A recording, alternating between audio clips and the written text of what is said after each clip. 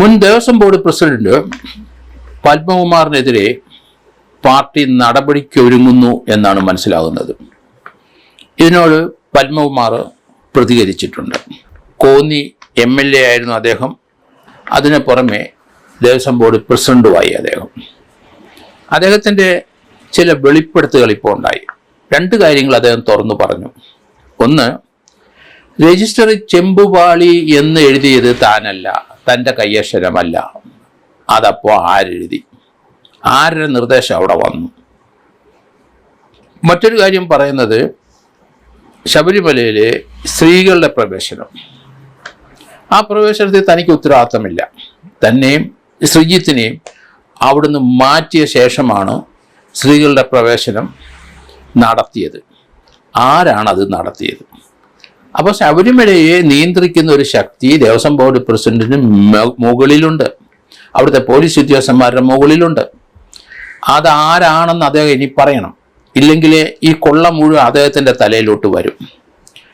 കഴിഞ്ഞ നവംബറിലാണ് നവംബർ 20-നെങ്ങാണ്ടാണ് അദ്ദേഹത്തിനെ അറസ്റ്റ് ചെയ്തിരിക്കുന്നത്. അതിനുശേഷം കുറ്റങ്ങൾ മുഴുവൻ അദ്ദേഹത്തിൻ്റെ തലയിലാണ്. അവിടുന്ന് അടിച്ചു മാറ്റിയത് പണമായാലും ശരി, ഗോൾഡായാലും ശരി, അതെല്ലാം ദേവസ്വം ബോർഡ് മുൻ പ്രസിഡന്റ് തലയിലാണ് ഇപ്പം വരുന്നത്. പക്ഷേ അദ്ദേഹത്തിനെതിരായിട്ട് നാളെ വരെ പാർട്ടി ഒരു നടപടി എടുക്കാൻ തുനിഞ്ഞില്ല. അദ്ദേഹം ഇപ്പം പാർട്ടിയുടെ മെമ്പർഷിപ്പ് പുതുക്കുകയും ചെയ്തു. പാർട്ടി വിട്ടു പോകാനും തയ്യാറല്ല. അദ്ദേഹത്തിൻ്റെ ഭീഷണി സ്വരം ഇപ്പം പുറത്തേക്ക് വന്നു.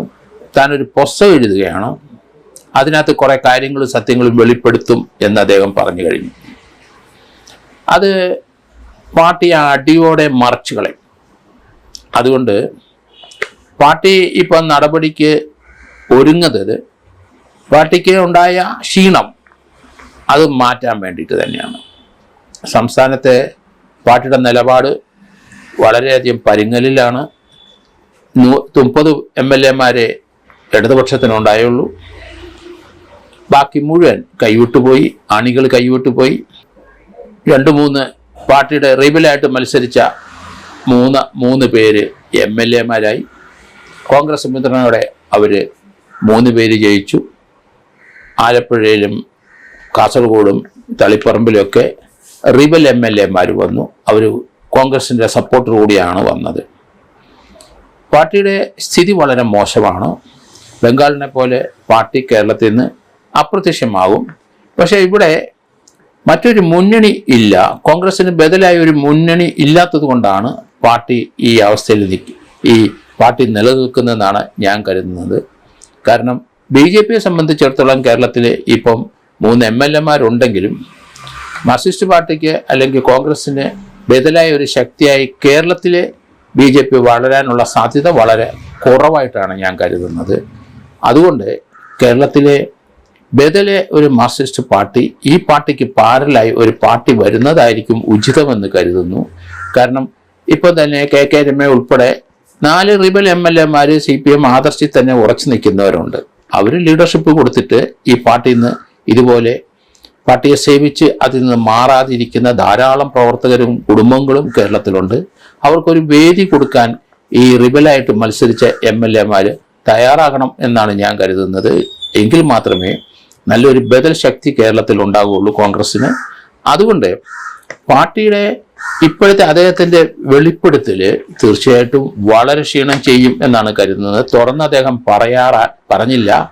പാർട്ടിയുടെ ഏറ്റവും നല്ല ഡിസിപ്ലിനുള്ള ഒരു വ്യക്തി എന്ന നിലയിൽ ഇതുവരെ ഒന്നും പറഞ്ഞില്ല.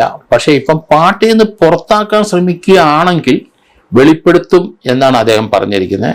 2 കാര്യങ്ങൾ അദ്ദേഹം ഉറച്ചു നിൽക്കുകയാണ്. ആ രജിസ്റ്ററിൽ എൻ്റെ കയ്യക്ഷരത്തിലല്ല ആ രജിസ്റ്ററിലുള്ള എഴുതിയിരിക്കുന്നത്.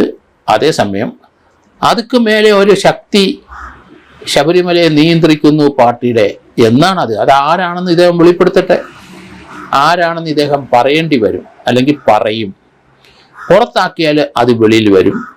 ഈ ശബരിമലയ്ക്കും അല്ലെങ്കിൽ ദേവസ്വം ബോർഡ് പ്രസിഡന്റ് മുകളിൽ ചിലരാണ് ശബരിമല ഇത്രയും വർഷങ്ങളായിട്ട് നിയന്ത്രിക്കുന്നത് എന്ന ധ്വനി തന്നെയാണ് അദ്ദേഹം പറഞ്ഞിരിക്കുന്നത്. അത് ആരാണെന്ന് പറയാൻ പാർട്ടി ബാധ്യസ്ഥരാകും. ഇല്ലെന്നുണ്ടെങ്കിൽ പത്മകുമാറിനെ പാർട്ടിയിൽ നിന്ന് പുറത്താക്കാൻ സാധ്യതയില്ല എന്നാണ് ഞാൻ കരുതുന്നത്.